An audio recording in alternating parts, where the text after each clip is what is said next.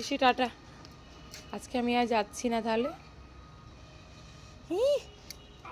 সকালে স্কুল দিতে যাওয়ার সময় আমাকে ঋষির পাপাকে যেতে হবেই।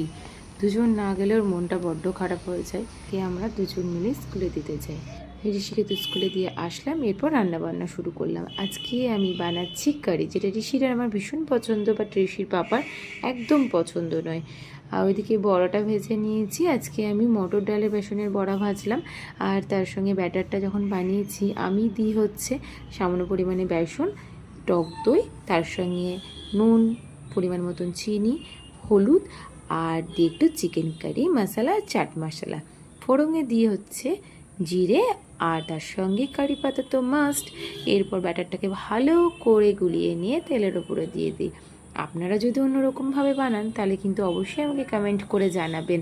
এরপর ভালো করে ফুটতে দিই, আর তারপরে বড়াগুলোকে দিয়ে দিই যাতে রসটা ভালো করে ঢোকে।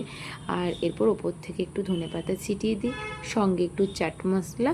আর যেহেতু ঋষি খাচ্ছে তার জন্য লঙ্কাটা গোটায় রাখি, ফোড়নও লঙ্কা দিই না, শুকনো লঙ্কার ফোড়ন আর তার সঙ্গে একটু শুকনো লঙ্কার গুঁড়ো দিলে কিন্তু স্বাদটা বেশ ভালো আসে। কিন্তু ঋষি তো খেতে পারবে না, তাই এরকমভাবেই করি। ডিম কিন্তু আমরা তিনজনেই খেতে ভীষণ ভালোবাসি, তাই লাঞ্চের মেনুতে ছিল আলু দিয়ে ডিমের ঝোল, আলু সেদ্ধ, মসুরির ডাল, আর আমাদের জন্য কারি।